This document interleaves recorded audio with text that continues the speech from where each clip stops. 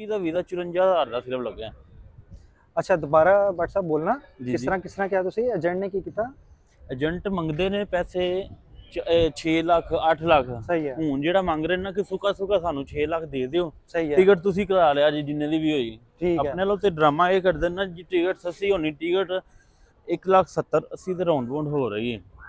ठीक है किस कंट्री की गल कर रहे हो? ਇਹ ਮੈਂ ਤੁਰਕੀ ਦੀ ਗੱਲ ਕਰ ਰਿਹਾ। तुर्की की गल कर रहे ਹਾਂਜੀ, हो खाली सिर्फ एक तुर्की दी? ਖਾਲੀ ਤੁਰਕੀ ਦੀ। ਜੇ ਤੁਸੀਂ ਕੀ ਨਾਮ ਹੈ ਰਾਉਂਡ ਬਾਉਂਡ ਕਰੋ ਦੁਬਈ ਤੁਰਕੀ ਜਾਂ ਇੰਜ ਕਰਕੇ 2-3 ਕੰਟਰੀਆਂ ਵਿੱਚ ਮਿਕਸਿੰਗ ਕਰੋ ਤੇ ਉਹ ਵੀ ਸਮਝੋ ਤੁਹਾਡਾ ਇਹ ਇੰਨਾ ਜ਼ਿਆਦਾ ਫਿਰ ਫਰਕ ਨਹੀਂ ਆਉਂਦਾ। ਜੇ ਇਕੱਲਾ ਕਰੋ ਤੇ ਜ਼ਿਆਦਾ ਫਰਕ ਆ ਜਾਂਦਾ ठीक है ਜੇ ਇਕੱਠਾ ਕਰੋ। ਹੁਣ ਮੈਂ 3 ਕੰਟਰੀਆਂ ਦਾ ਕੀਤਾ सही है ਤੇ ਉਹ ਦੁਬਈ ਦਾ, ਅਜ਼ਰਬਾਈਜਾਨ ਤੇ ਤੁਰਕੀ ਤੇ 280 ਦੀ ਹੋਈ ਹੈ ਟਿਕਟ। 280 280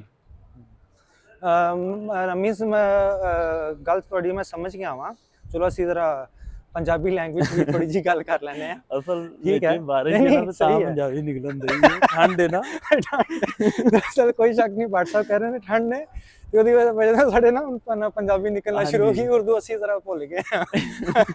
ਅੱਛਾ ਭੱਟ ਸਾਹਿਬ ਇਹ ਵੀ ਗੱਲ ਤੁਹਾਡੀ ਬਿਲਕੁਲ ਠੀਕ ਯਾਨੀ ਕਿ ਤੁਸੀਂ ਕੀਤੀ ਹੈ। ਅਗਰ ਯਾਨੀ ਕਿ ਨਾ ਜਿਸਨੇ ਆਪਣਾ ਇੱਕ ਟਿਕਟ ਤੇ ਕੋਈ 3-4 ਕੰਟਰੀਆਂ ਦਾ ਮਜ਼ਾ ਲੈਣਾ ਹੈ, ਹਾਂਜੀ ਠੀਕ ਹੈ, ਉਹ ਇਸ ਤਰ੍ਹਾਂ ਕਰੇ ਕਿ ਬਿਲਕੁਲ ਦੁਬਈ ਤੋਂ ਬਾਅਦ ਅਜ਼ਰਬਾਈਜਾਨ ਜਾਂ ਟਰਕੀ, ਹਾਂਜੀ। ਯਾਨੀ ਕਿ 3 ਕੰਟਰੀਆਂ ਇੱਕ ਨਾਲ ਕੋਈ ਹੋਰ ਐਡ ਕਰ ਲੇ ਐਡੀਸ਼ਨਲ।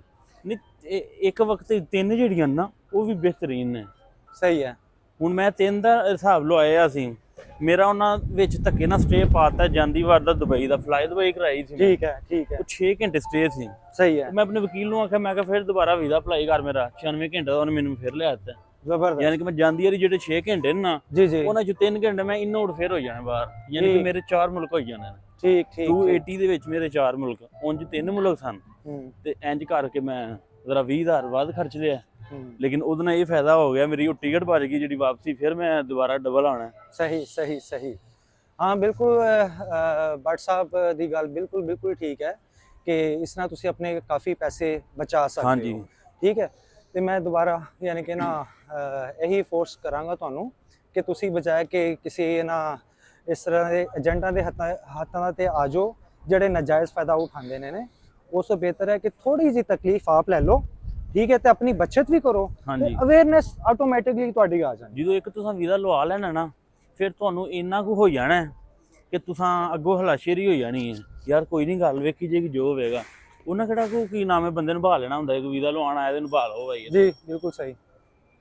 ਮੈਂ ਤੁਰਕੀ ਜਦੋਂ ਐਂਟਰੀ ਕੀਤੀ ਹੈ ਨਾ, ਮੈਂ ਪਾਸਪੋਰਟ ਫੜਾਇਆ ਤੇ ਮੇਰੇ ਮੂੰਹ ਵੱਲੋਂ ਵੇਖਣ ਲੱਗ ਪਿਆ। ਮੈਂ ਉਹਨੂੰ ਇਸ਼ਾਰੇ ਨਾਲ ਪੈਣਾ ਕੀ ਗੱਲ ਹੈ, ਅੱਛਾ ਇੰਜ ਪਿਆ ਕਰਦਾ। ਮੈਂ ਕਿਹਾ ਭਾਵੇਂ ਮੈਨੂੰ ਡਿਪੋਰਟ ਕਰ ਦੇਵੇ ਹਲਾਂਗਾ। ਮੈਂ ਫਿਰ ਉਹਨੂੰ ਟਿਕਟ ਵਿਖਾਈ ਹੈ, ਮੈਂ ਕਿਹਾ ਮੈਂ ਅਗਲਾ ਜਾਣਾ ਅਜ਼ਰਬਾਈਜਾਨ। ਠੀਕ ਹੈ। ਉਹ ਫੋਨ ਤੇ ਪਤਾ ਨਹੀਂ ਖਿੱਚਮਿਚ ਕਿਹਦੇ ਨਾਲ ਕੀਤੀ ਤੂੰ। ਸਹੀ ਹੈ। ਉਹ ਭਾਜੀ ਮੋਹਰ ਲਾ ਕੇ ਮੈਨੂੰ ਆਂਦਾ ਠੀਕ ਜਾਓ ਤੁਸੀਂ। ਸਹੀ ਸਹੀ। ਉਹ ਸਿਰਫ ਡਰਾ ਹੀ ਹੁੰਦਾ ਹੈ ਕਿ ਅਗਲੇ ਦਾ ਐਕਸਪ੍ਰੈਸ਼ਨ ਚੈੱਕ ਕਰਦੇ ਨੇ ਕਿ ਕੀ ਕਰਦਾ ਅਗਲਾ, ਤੇ ਜਿਹੜਾ ਬੰਦਾ ਸਹਿਮ ਗਿਆ ਉਹਨੂੰ ਅਗਲੇ ਨੂੰ ਪਕੜ ਲੈਂਦੇ ਨੇ, ਕਾਬੂ ਕਰ ਲੈਂਦੇ ਨੇ।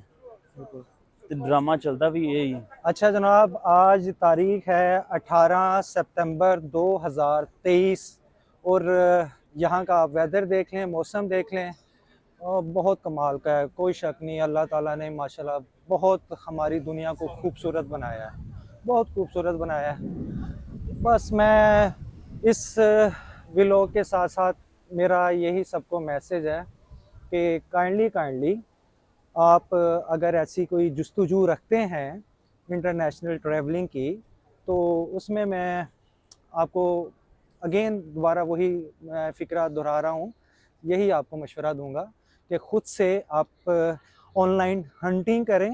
ठीक है, ऑनलाइन का ज़माना है, बहुत कुछ मिलता है, बहुत कुछ मिलता है। और ये तो आज का जो व्लॉग था अभी का, वो भट्ट साहब के साथ हमने काफ़ी कवर किया है। मज़ीद जैसे जैसे कोई नई चीज़ें या नई बातें सामने आएंगी, साथ साथ मैं रिकॉर्डिंग आप भाइयों के लिए मैं ना वो अपना वॉक एंड टॉक व्लॉग में मैं डालता रहूँगा।